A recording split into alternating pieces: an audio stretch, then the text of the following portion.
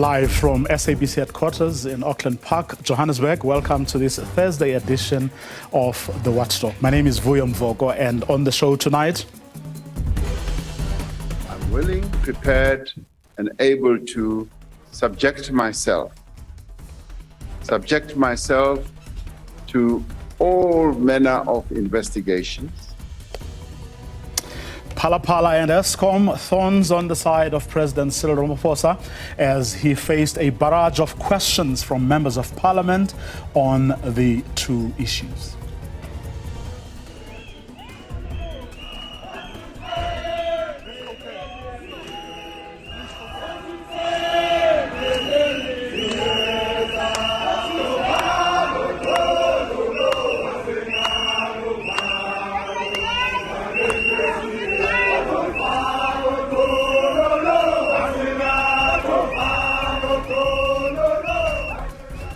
Zingiswalosi back in the driver's seat, unopposed. But in which direction will she lead the Cosatu that made no secret of its unhappiness with the ANC just after she had asked them to embrace the governing party? She's my guest. And hawks encircle Nelson Mandela Bay politicians, public servants and business people in connection with a COVID-19 tender that also exposes the role of money in buying votes at council meetings, as well as how powerful politicians use public money to fund their nefarious agendas. All that coming up in tonight's episode of The Watchdog, which starts now.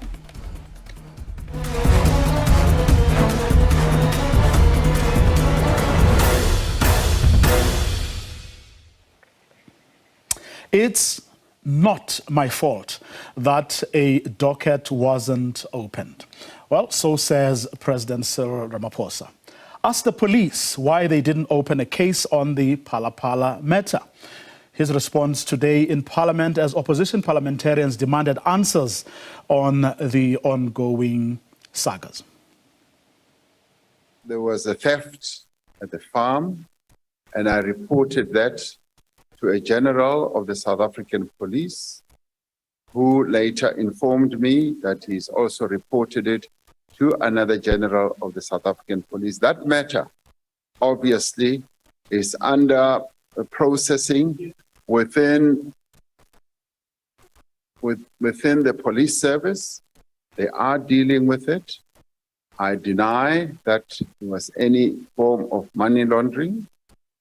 I have said, and I've said it more publicly, that it was proceeds of sale of game. As regards to accounting to Parliament, I have said that I'm willing, prepared, and able to subject myself to all manner of investigations, as well as inquiries, as well as processes that are unfolding here in Parliament. There is now a Section 81 process, 89 rather, meant to say 89, process which I have clearly and openly said I will cooperate in, and I will cooperate to the fullest of my ability. Well, he also faced quite a number of questions on Eskom. President Cyril Ramaphosa saying announcements relating to the country's energy crisis will be made soon. Load shedding continues to happen to the detriment of our economy, the detriment of our people. Nobody in the country is happy with load shedding, including myself. And we are working on it. Yes, you mentioned cable theft. From cable theft to criminality to the age of our power stations, and all that, I mean, has combined to land us where we are. But we are addressing the problem, and everybody is focused. From the two ministers are focused on it, including all the executives. They've been put under tremendous pressure to address this. The South African Chamber of Commerce and Industry has called for the formation of an independent body to appoint boards of state-owned enterprises. This comes as the Public Enterprise Department this week said it would reconstitute and restructure the board of Eskom following years of operating without a full board. Business Leadership South Africa Chief Executive Officer Busi Mavuso is also reported to have tendered her resignation as a board member, leaving the power utility with only 5 board members. Sachi says an independent commission staffed by highly skilled and independent individuals could help get the right skills on the SOE boards. Saki says many boards and CEOs have come and gone at Eskom, but the problem of failure to provide constant and affordable electricity persists. The organization is questioning processes that the cabinet follows in the selection, recruitment, retention, as well as performance management of the leadership of SOEs. It says Eskom's failure harm its members, weighing on confidence, affecting production and dragging down the entire economy. Saki says different solutions are required to find a solution to the country's electricity crisis. It's actually really being unfair. The cabinet is being unfair to itself, and it is unfair of us to have that level of expectation, because people cannot be more experienced than what they have actually done in their lives as well. So that's why we've called as a solution that we've always maintained that we should put together an independent commission. And of course, it will report to cabinet, but that independent commission should be staffed by people who are independent, people who have a level of professionalism, people who are excellent, expertise, and very, very highly regarded in their fields. Energy expert Ted Blom says South Africa can't keep doing the same things and expecting different results. What needs to give it a proper rethink, and I'm sure that within the DPE, they must have the access to that skill set. If they don't, they can go and get it. I'm sure people will volunteer their input, but it's got to be free from political interference. Really, it's got to be free. We've seen what political interference has done to South Africa. We've seen what it's done to Eskom, and it's not a very good picture. So we can't do the same thing and expect a different outcome. We now need to go and revisit grassroots and come up with a recipe that works. The country is currently on level 4 load shedding as the power utility continues to battle providing constant electricity, citing failing old infrastructure. Eskom has also announced that it will release its annual financial results by the end of November. It was supposed to have released the results in July this year. It says this is due to delayed appointment of external auditors and the work involved in carrying out a new audit. Gloria Sefagomosi, SABC News, Johannesburg. Well, a little wrap on the 2 issues that President Cyril Ramaphosa was confronted with today as he answered questions from members of Parliament, both, of course, Phala and Eskom being the main issues that really featured on those conversations. MPs saying they are indeed looking forward to hearing what the President and his cabinet ministers have to say around the energy crisis that has spiraled out of control. The President, as you heard there, saying that they will be making announcements pretty soon. Let's move on to this now. Zingiswalosi is back in the driver's seat, elected unopposed at Cosatu's Congress. But in which direction, really, will she lead the Cosatu that a couple of days ago made no secret of their unhappiness with the ANC, just shortly after she had actually asked them to embrace the governing party with all its flaws? Well, Ms. Losi joins me on the line straight from that 4-day Cosatu Congress. Good evening, Ms. Losi. Thank you very much for your time. I guess congratulations are in order. Good evening, Kutvuyo, and good evening to the viewers. Thank you so much for the congratulatory messages. How would you describe the Congress overall? How did things go from where you sit?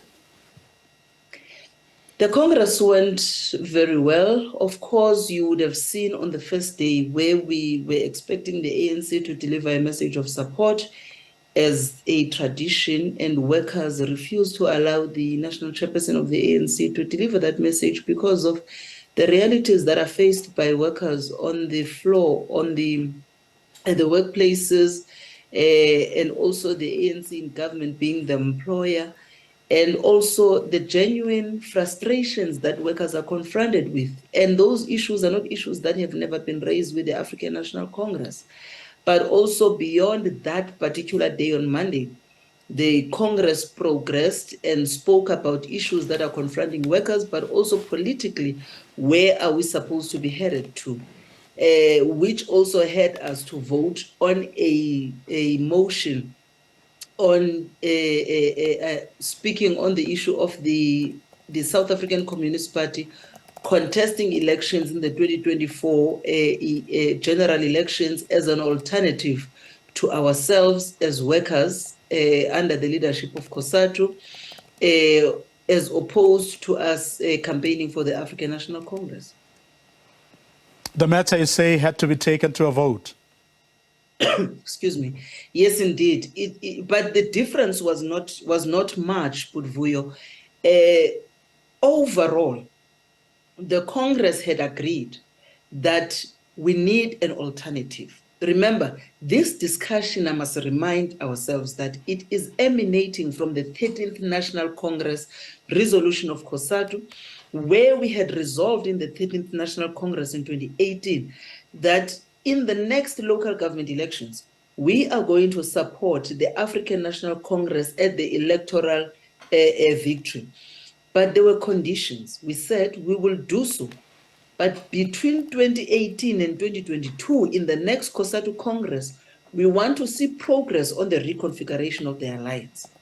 And we further said, failure for us to see progress, then Cosatu in this Congress will pursue the SACP to contest elections, and Cosatu supporting that call for the party to contest election as an alternative to the African National Congress for the workers in this country and the working class in general.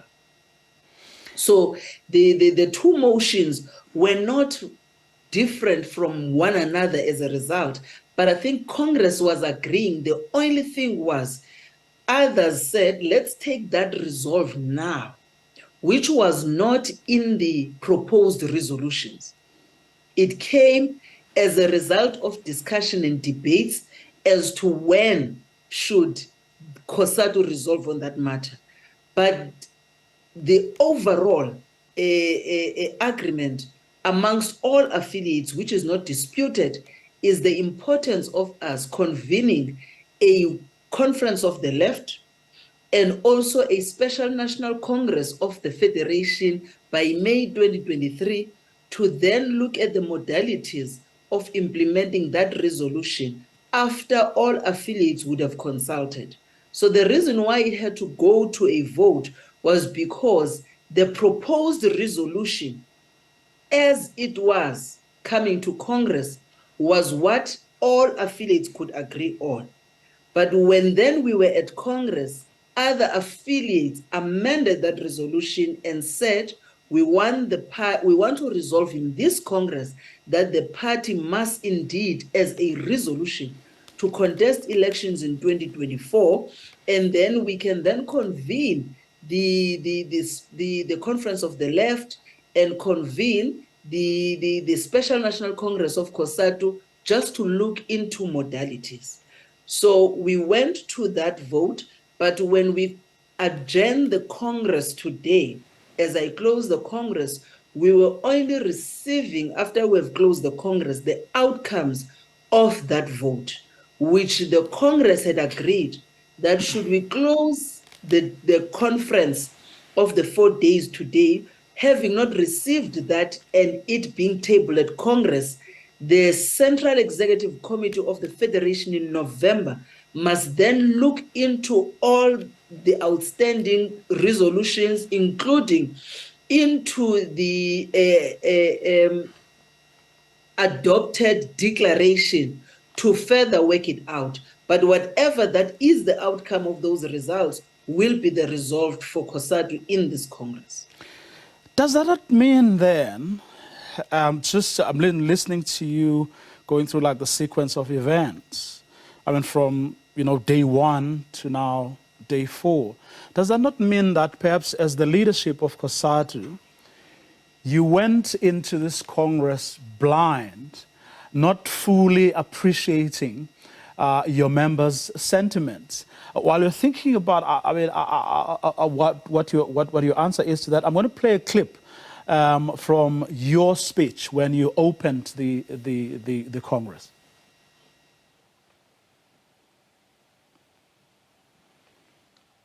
If we are to advance the working class struggles, then we must defend our movement. It is not by accident that Cosatu and its predecessor, SABC, have been part of this alliance. Workers deliberated on joining the alliance at lengthy discussions. The alliance, like many marriages, has its ups and downs. However, with all its challenges, it remains the best vehicle to advance the struggle of workers. Comrades, the ANC and the SACP, with all of their challenges, their strengths and their weaknesses, they remain the most progressive and relevant political formation to drive the demands of the working class. So we shouldn't be fooled by peacetime slogans of the opposition parties. Because, comrades, these opposition parties, they were nowhere to be seen when workers had to go and strike in Durban in 1973, or when Cosatu House was bombed in 1987, nor when the UDF was banned. The very same opposition parties have consistently, when they are campaigning, voted against our progressive laws in Parliament. This is what they have promised us. They have promised to repeal our progressive laws if they are to be elected in government. They have stated unambiguously that they will scrap the minimum wage. They will end collective bargaining. They will remove protection from unfair dismissal. They will slash the salaries of and retrench public servants and sell all SOEs. Indeed, we must admit in this Congress that the African National Congress is not perfect. It has made serious mistakes. It is battling to cleanse itself of the demons of corruption and factionalism. It is contested by various class forces in it. Yet, it has stood with Cosatu when we demanded the constitutional enshrinement of workers' rights, the passing of our labor laws, and many other progressive laws. Now, what is our task as members of the Federation? Our task, comrade, is to defend workers' hard-won victories. With the benefits of hindsight, and given how things have panned out, the situation you've just described where workers had to get to a vote in the end, do you not think that going into this conference you perhaps underestimated the anger and frustration of your members with the ANC, and especially as you yourself were saying earlier that it wasn't the first time.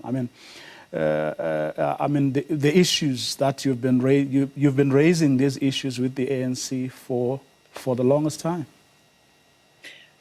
Budvuyo, the Congress is meeting 4 years after the 13th National Congress. There's been good, there's been bad things that have happened in between. And in the opening remarks that I made, it's a reflection of what is good and what is bad. And I acknowledged the good things that we have achieved, but I also acknowledged the frustration and the bad things that has happened. Secondly, this Congress did not pronounce on us moving out of the alliance. I think I must stress that. The discussions were not about breaking away from the alliance, the discussions were about Cosatu support for the 2024 electoral victory of the South African Communist Party, so that workers can have an alternative. But I'm sure you'll agree. I'm sure you'll agree, though, that they have demonstrated their anger in more ways this time around than has perhaps ever been the case before.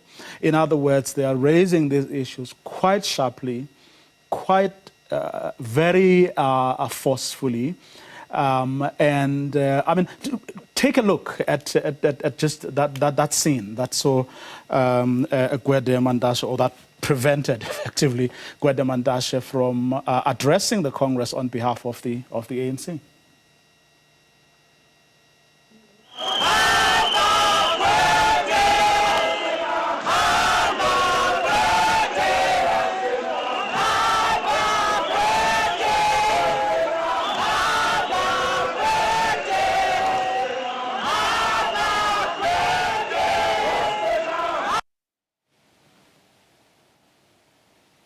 That hasn't happened before, well, except in the case of former President Jacob Zuma on that one May day.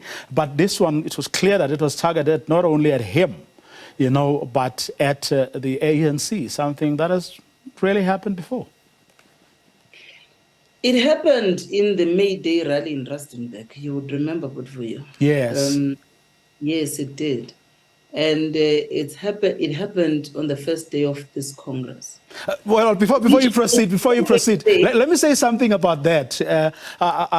It's interesting that you're saying that now, because I remember back then, Cosatu seemed to want to emphasize or promote the narrative that says there were other people there who may not have been Cosatu members as such, because remember, in a place like Rustenburg, I mean, there's also your AMCU element and other people. So there was no full appreciation of that. It was actually Cosatu members who were behind what we saw there when President Cyril Ramaphosa was supposed to speak.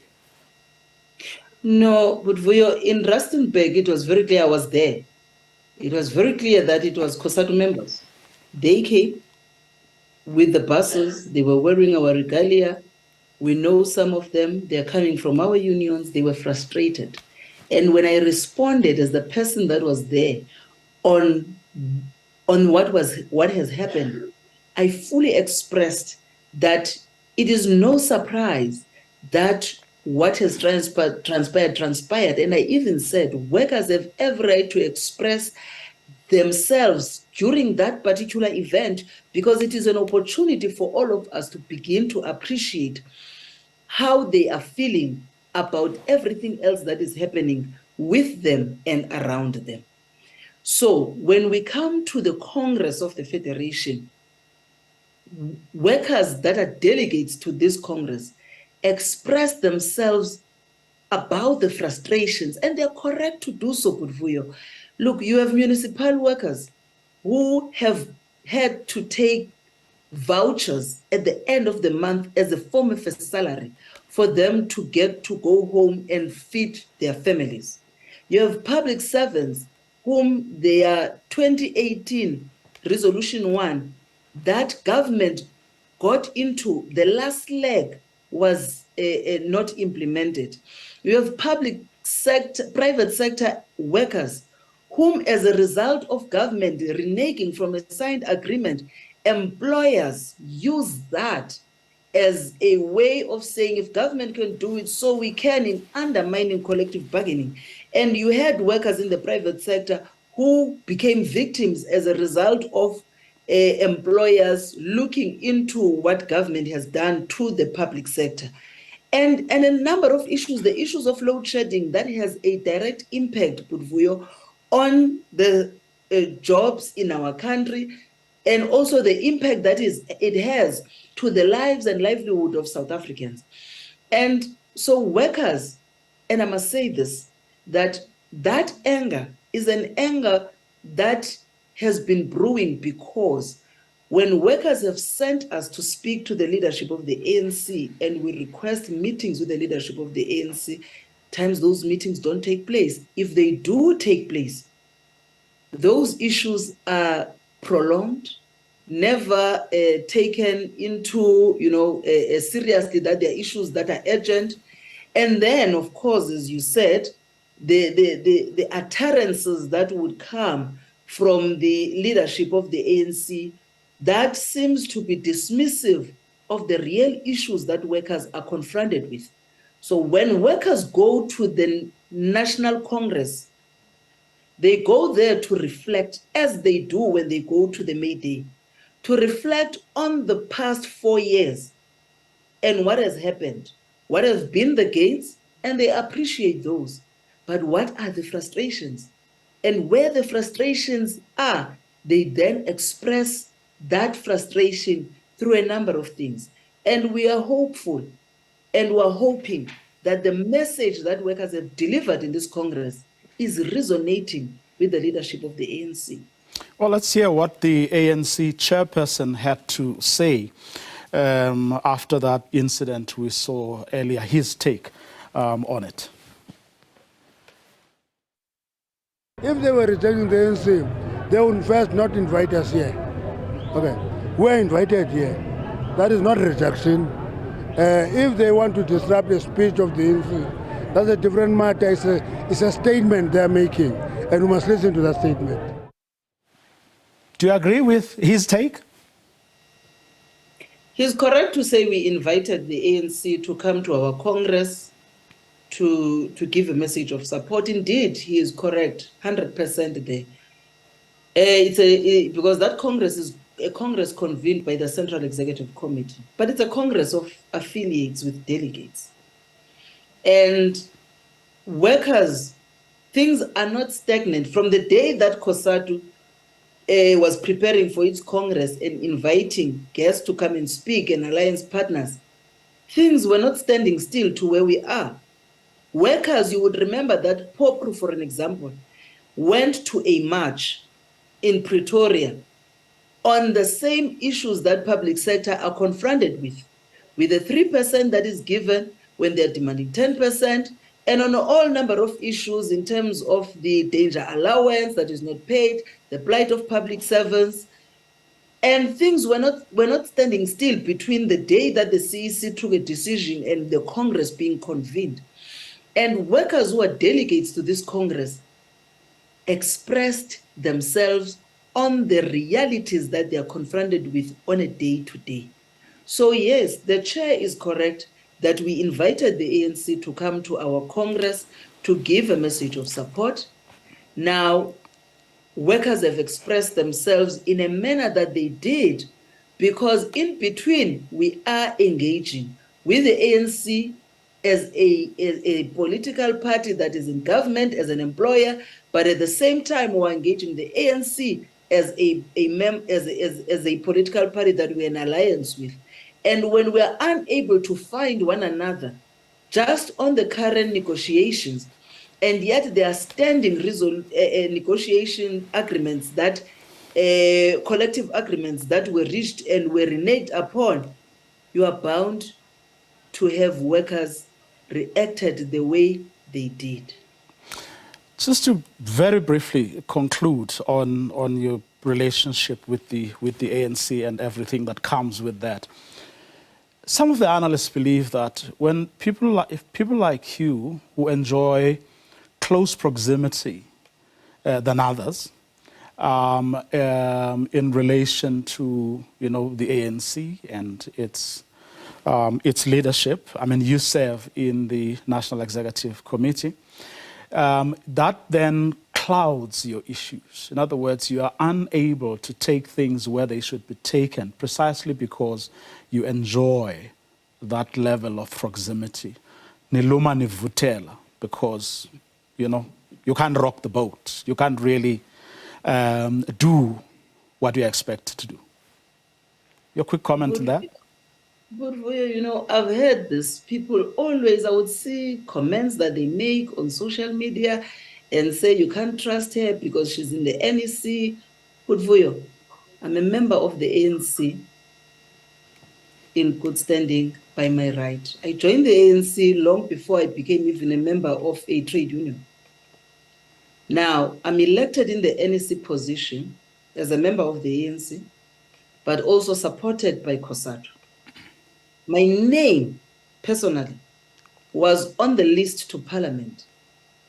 I declined. If it was about proximity and whatever benefits I would have received as a result of me being in the NEC and also my name being on the list, I would have been in Parliament today because my name was on the list to Parliament, but I declined. Now, why would I then decline and still come here and lead the federation just to stagnate the federation on issues that they're taking a decision on? I'm an elected Central Committee member of the South African Communist Party. So if you want to judge me on both.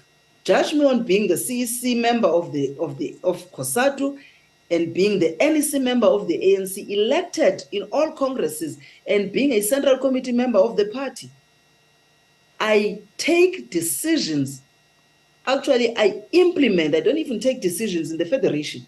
I implement decisions of the federation. I preside over the Central Executive Committee or any constitutional meeting of the federation.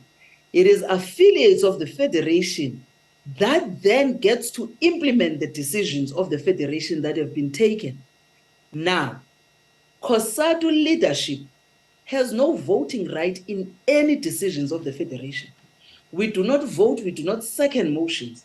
Ours is to wait until decisions are taken, and then we drive a process of implementation.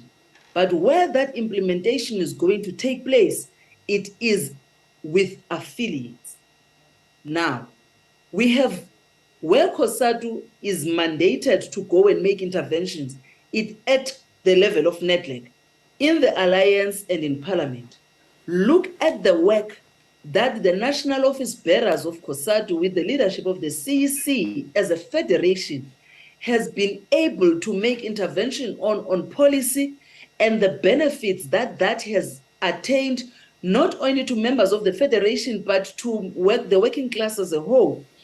In the short space of time that we have had COVID, what people of South Africa are beneficiaries on, those that are unemployed, the 350 social relief distress grant, it is what Cosatu proposed to NEDLEC. And we fought hard for. Today we have it. The national minimum wage. There's the 650 billion rands, which benefited 5.5 million people in South Africa, workers in particular, on the UIF. And amongst other things, where we have taken 800,000 farm workers and 900,000 domestic workers to earn a national minimum wage, which was opposed by other federations to say that we have sold out. We have taken over 6 million workers in South Africa who are earning below a national minimum wage. A national minimum wage, we have said that national minimum wage becomes a floor for a living wage, that you can never pay any worker below that. Tell me if we have not delivered on what workers have sent us to go and speak on. Now, you have then affiliates in different sectors, Budvuyo, who then go to collective bargaining structures and speak there on behalf of their members. Cosatu does not have a recognition agreement at the workplace. It is only a union, a recognized union. That union has all the rights and powers to represent and speak directly to the employer in the interest of its members. Where Cosatu comes from is at the policy level, at the level of NEDLEC and also at the level of Parliament, where we speak on policies that are cutting across at different sectors of our economy. There we have delivered. Let's talk then about NEDLEC. More than 2 months after the deadline that President Ramaphosa set for this social compact, there's hardly been any movement. What's going on there? When we took onto the streets, part of the issues that we raised in the Section 77 that we held was the issue of the lack of implementation of the ESCOMs, of the social compact, but also what are the elements that must represent that social compact, and also the economic reconstruction and recovery plan. You can't falter only government. That is why our march was directed to both government and business at Netlek. Because, Budvuyo, the reason why we have a delay is because business wanted to have negotiations with government in the absence of other social partners. But the issues that are being deliberated upon have a direct impact to other social partners. And we said, as labor, organized labor, you are going to continue to have continuous negotiations that are unending unless we all come together and talk about what is to be done, disagree and understand where we disagree, and allow others to raise their issues on the points of disagreement until we find one another in exactly as how we did with the national minimum wage. So are you saying? Are you saying that because, I mean, other people tell me or tell us a different story? They're saying it wasn't the two sides were not about replacing, what's happening at NADLEC, but rather it was government with, meeting or keen to meet with each one of the social partners, so as to try and narrow the gap, find points of consensus and so on, so that by the time all four of you come together, the issues will have been narrowed down.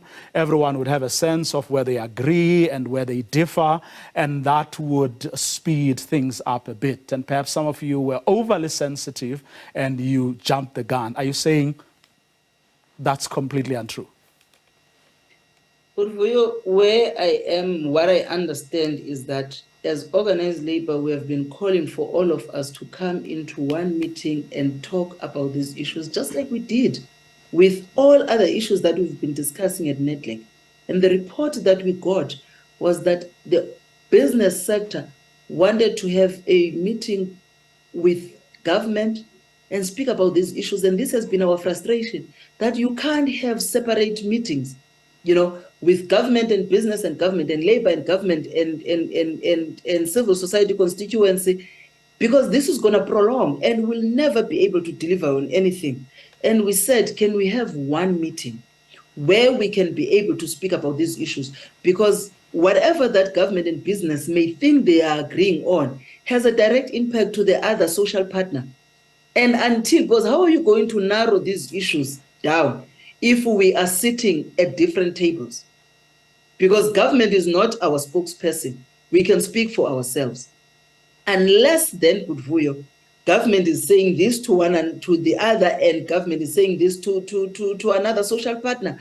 But as organized labor, we have always requested that we really demand that we all sit together and really start drafting how we're going to proceed on these issues like we did, and think we're capable of doing that because we have demonstrated it when we dealt with the national minimum wage. Do you subscribe to the view that there can be no economic recovery plan without a social compact? An economic recovery plan is a stopgap measure to deal with the crisis that we're faced with. So what we're saying is, we've raised our frustrations in terms of what we do not want to see that social compact eroding in terms of the gains that workers have managed to achieve. Also, that it must not be a social compact that seeks to promote profiteering over addressing the triple challenges that the country is faced with. So any social compact that we are to deal with and the economic recovery plan must speak to elevating the conditions of our people, that were able to deal with the triple crisis of unemployment, inequality, and poverty, and were able to grow the economy, create jobs. Because for you to grow the economy, you need to create jobs. Government creates an environment that is conducive. Businesses in our country has been given tax rebates with an understanding that once they get those, they will be able then to create employment. To some extent, they have benefited, but they have not created those jobs. Now, what we are calling for is a social compact that speaks to the material conditions that South Africans in our country are confronted with. We would not be able to have a social compact that does not speak to high levels of unemployment, a social compact that speaks to creation of jobs, and a social compact that will enable an ordinary South Africans to be able to have the buying power of the same products that they are producing. We would not be able to deal with all other elements of gender-based violence, femicide in our country, corruption, if we do not have a social compact that addresses all of those issues. So we think that we are South Africans and we don't think we should differ that much, but I think we need an environment where we're able to sit down, all of us, to address those issues. But we need to identify what is it that we are agreeing with. What is the vision where South Africa should be, and put all the elements that will take us there. Quick question from a viewer, which I'm sure is another issue that you would have spoken about and probably resolved on. Tapelo Sibei says, these trade union federations must just unite, especially Cosatu and SAFTU. And by the way, their alliance with the ANC is out of date and cannot work. Where are you with regard to the issue of uniting the workers of South Africa? Tapelo is correct on the unity of the workers. We have invited in this Congress SAFTU, FEDUSA, and NACTU. We have participated in Section 77.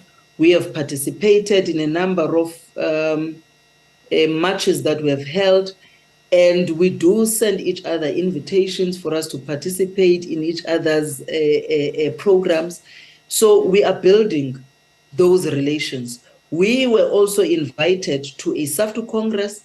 We were also invited. It's a pity that it coincided with our Cosatu CEC.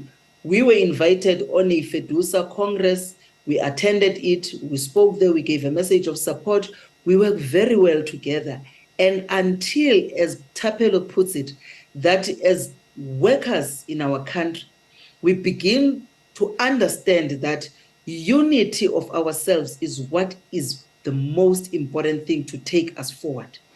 But then are you? What unites us more than what divides us. Mm-hmm. But are you more deliberate than that? In other words, it's one thing to be sort of nice to one another. Come to I'm cooking tonight. Come over, and I'll come to yours, to you next month, and so on. They're like, I mean, are you engaging with a view to taking more concrete steps? I mean, I was in a conversation with two analysts in fact, a few days ago, as you were starting your Congress, where you have to go to such issues as, do we regret, expelling NUMSA? What do we do to bring these unions back into the fold? Set up a timetable or set up a committee that then looks, at all the issues that may be stumbling blocks, those kinds of things. In other words, let's not be general about it. When are you going to get there, to that point? Woodvuyo, I think we will always miss the point if we look at Cosatu and SAFTU as if it's the only two federations that exist in South Africa. And we fail to appreciate the work that Fedusa, Nakchu, and Cosatu has done at the level of Network, even before SAFT was formed. Secondly, we would not be doing justice if we look and politicize the reasons why NUMSA was expelled in the Federation and not look into the actual reasons why NUMSA was expelled. They were political. No, Budvuyo, it was organizational. Okay. We've been raising this issue, but of course, people choose to look at it as if it was political. It was never political. There were direct questions that were tabled to the NUMSA leadership to address at the Cosatu CEC on why NUMSA must not be suspended and expelled in the Federation. They were never political, they were organizational. And the answers may have been political, but the questions were organizational and led to Cosatu arriving at a decision that it did. Now, let's move beyond that.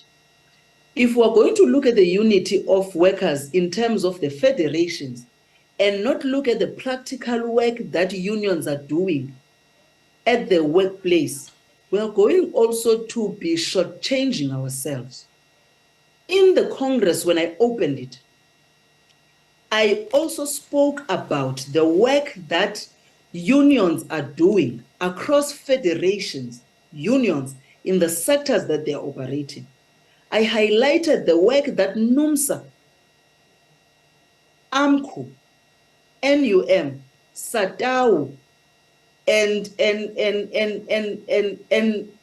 UWASA and others that have done in the mining and in the transport sector, working together. Look at the negotiations at Sibanye.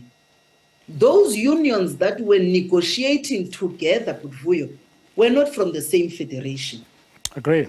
And stood together because they understood that it is important for them to identify a point that unites them. Now, let us not push for an artificial unity where you want to see leaders of federation talking about unity at the level of the federation when that unity has no basis on the ground. Okay. Now, it must be organic. Let us allow unions. They're already working together, these unions. Yeah. Hence, then you have a relationship of the federations. Already in different sectors, you have now at the PSCBC, unions working together. You have at SABC or in the SOEs, trade unions working together that are coming from different federations. Can we also look into that and appreciate that work and say that becomes a build-up to a one federation, one country, because we must then start by having it as a one sector, one industry, one union, one sector in one country, one federation. Zingisolose, let me thank you so much for your time and all the best in leading Cosatu over the next 4 years. Really appreciate it. Thank you very much, Pedro. Zingisolose, of course, has been given a task of leading Cosatu for another 4 years. To this now, hawks today encircled Nelson Mandela Bay politicians, public servants and business people in connection with a COVID-19 tender that also exposes the role of money in buying votes at council meetings and how powerful politicians use public money to fund their nefarious agendas. Now, earlier, the spokesperson for the organization, for the Hawks, of course, gave us a sense of what was going on there. We'll bring you that soundbite before we get into a discussion about what it all means and what actually happened, as many people are wondering.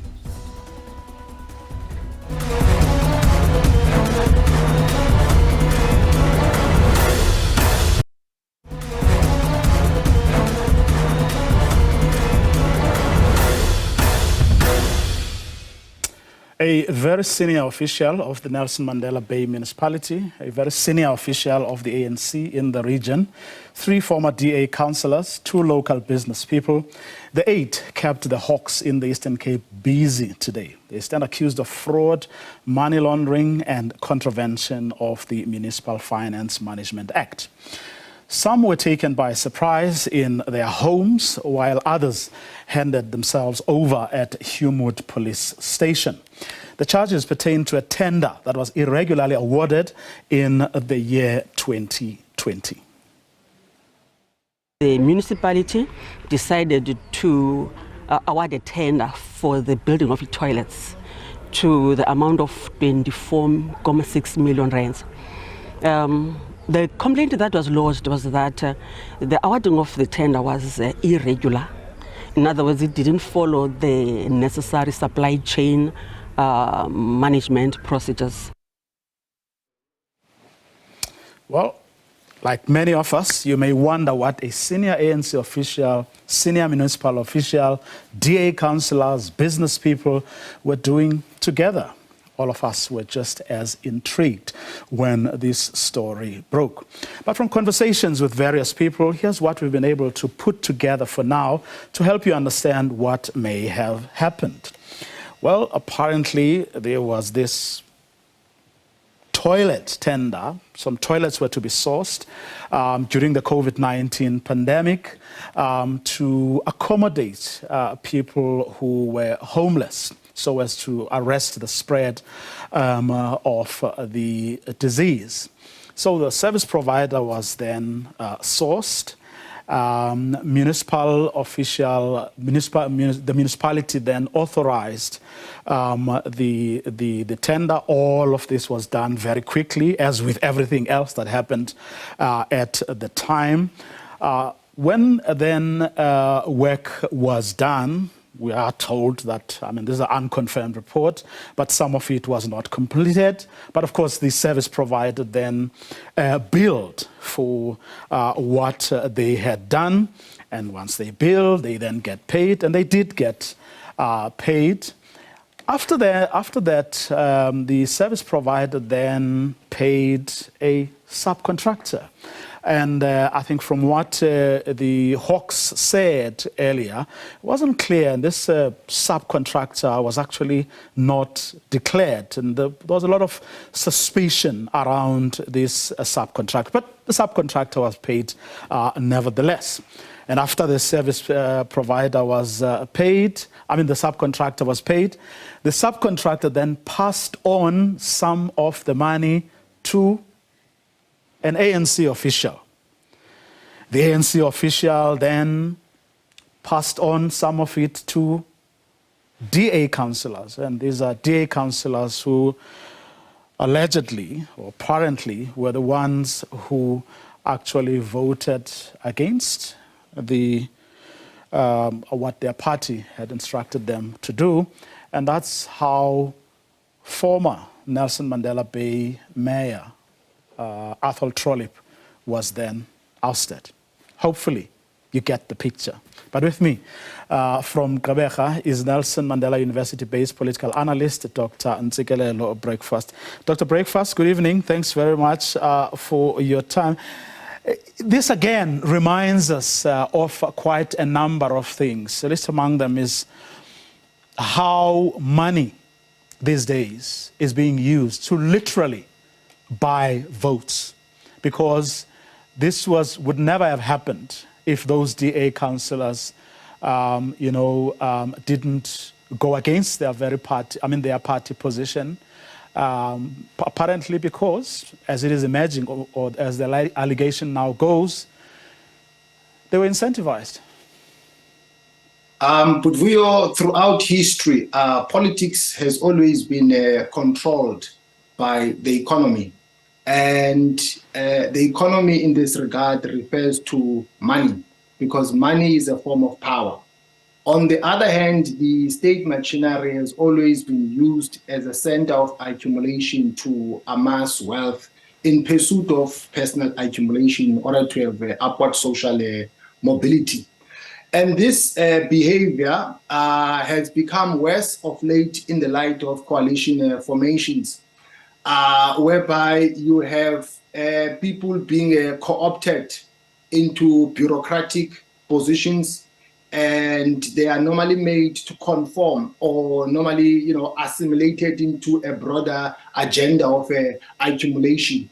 Or people are bought with money in exchange for votes. But it's not a phenomenon that is confined to one municipality or in the Nelson Mandela Bay. It's also in other parts of the country. I mean, we heard about how I think the Speaker of Johannesburg was removed, whereby some councillors, it is alleged that they were given money in advance to vote in a particular way. So that is the nexus between money and politics. But isn't it a bit troubling that in this instance, the money sometimes, I mean, in the broader sort of political scheme, I mean, it would come from private donors. Of course, they would have gotten tenders and what have you.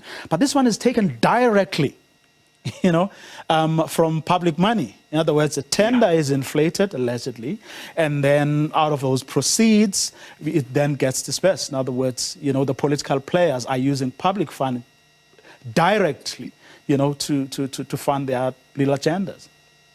No, of course, it's accumulation by disposition.